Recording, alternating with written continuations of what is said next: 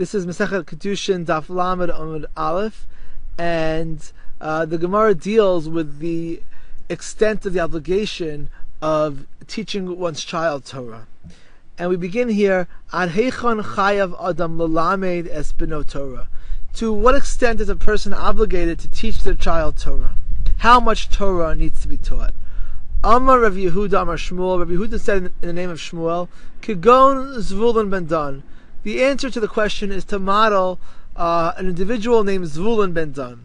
Shelimdo avi aviv, because his grandfather taught him Mikra, Tanakh, Mishnah, the Talmud, Halachot, ve'Agadot, law and Agada.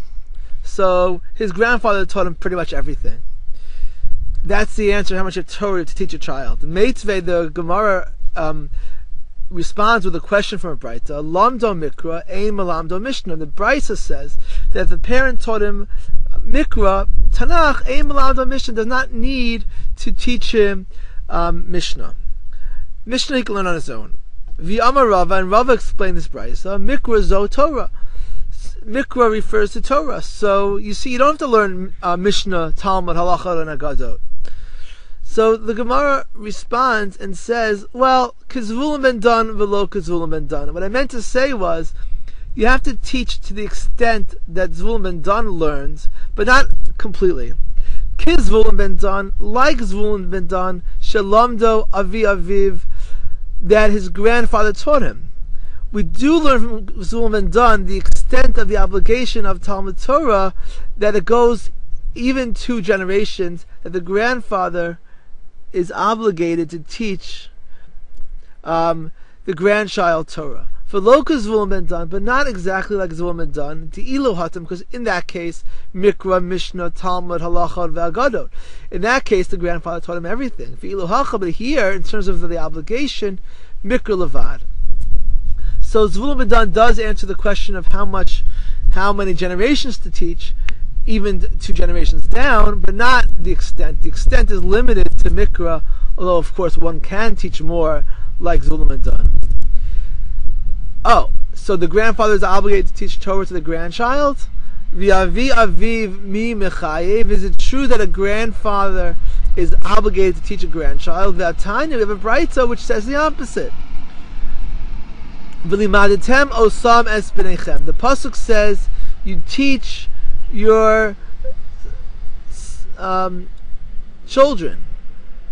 V'lo b'nei b'neichem. And the Midrash in the Braita says that the word b'neichem is chosen to specifically exclude b'nei b'neichem, the children of your children. So you see, you're not obligated to teach a grandchild Torah.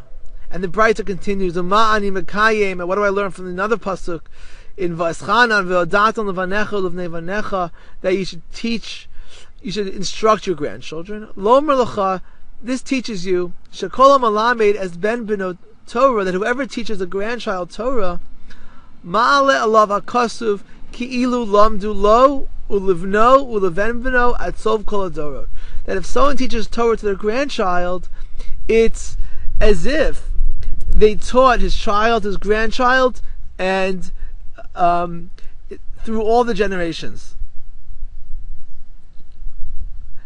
Anyone who teaches his child Torah, it's as if he taught his grandchildren and on, because by continuing the tradition, you're ensuring that it will go on from generation to generation. So even though there's a competing pasuk which tells us to instruct your grandchildren, what it means is that's the purpose of the mitzvah, but the action that you're obligated to do is only to teach your child, and you're not obligated to teach your grandchild. So this Braita, in all, this entire Braita clearly thinks that although we want grandchildren to learn Torah, there's no obligation to teach a grandchild Torah. So how do we say previously that Zvulun ben Dan is the model of the extent of the mitzvah, that in the sense that you are obligated to teach your children as well as your grandchildren? So the Gemara responds, Hu de Amar ki haitana, that we were following another Braita. Detanya v'limadatem osam es b'neichem. There's a different Braita which has a different midrashic interpretation of these words. That you teach your children, the pasuk says, Ein li ela b'neichem, b'nei b'neichem inai. And how do we know that this it means even your grandchildren. This pasuk that you're obligated to instruct your grandchildren comes to tell us that b'neichem is not limited to b'neichem, but it includes your grandchildren. So what does the word b'neichem teach us? B'neichem v'lo b'notechem, to teach you that the obligation of teaching Torah is limited to sons, and there's no formal obligation to teach daughters Torah. Amar Rabbi Shua ben Levi. So this Braita, the purpose here is that this Braita clearly thinks that there's a mitzvah to teach your grandchildren Torah. Amar Rabbi Shua ben Levi. Kol ha'malamed es ben beno Torah ma'ale lav hakasuv ki'ilu kibla me'ar Sinai.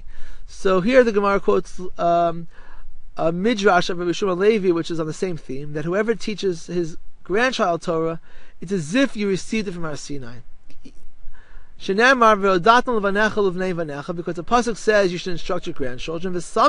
And close to it, it says Yom Asher the day that you stood before God at Chorev at Sinai. And this is in Vaschanan, where the pasuk we've been talking about is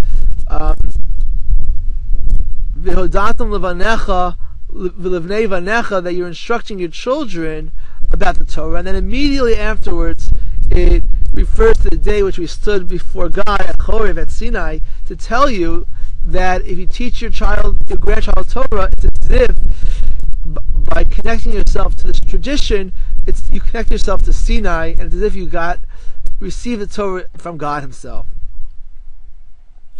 Rabbi Chia bar Abba, Ashachei Rabbi Yeshua ben Levi, Rabbi Chia bar Abba found Rabbi Yeshua ben Levi Dishadi Disna Areshe. They threw on some sort of hat on his head, not the normal thing that he would wear, and he would run to bring his child to the Beis Knesset, to the Beis Medrash, to learn Torah. Amalei my kulei. He asked him, well, what are you doing? Amalei mizuter my dechsiv.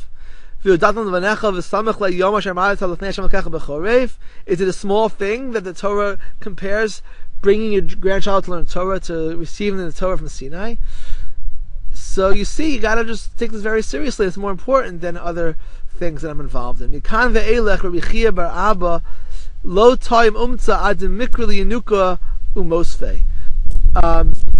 this time on, Rabbi Chia bar Abba was so moved by this that he would skip breakfast, or he would delay breakfast. Umtza is a breakfast. He had they had some small meat dish for breakfast, and he wouldn't have that until he would reviewed what he learned before and added on more learning for the new day. Similarly, Rabbi Huna didn't have breakfast until he brought his grandchild to the Beis Medrash.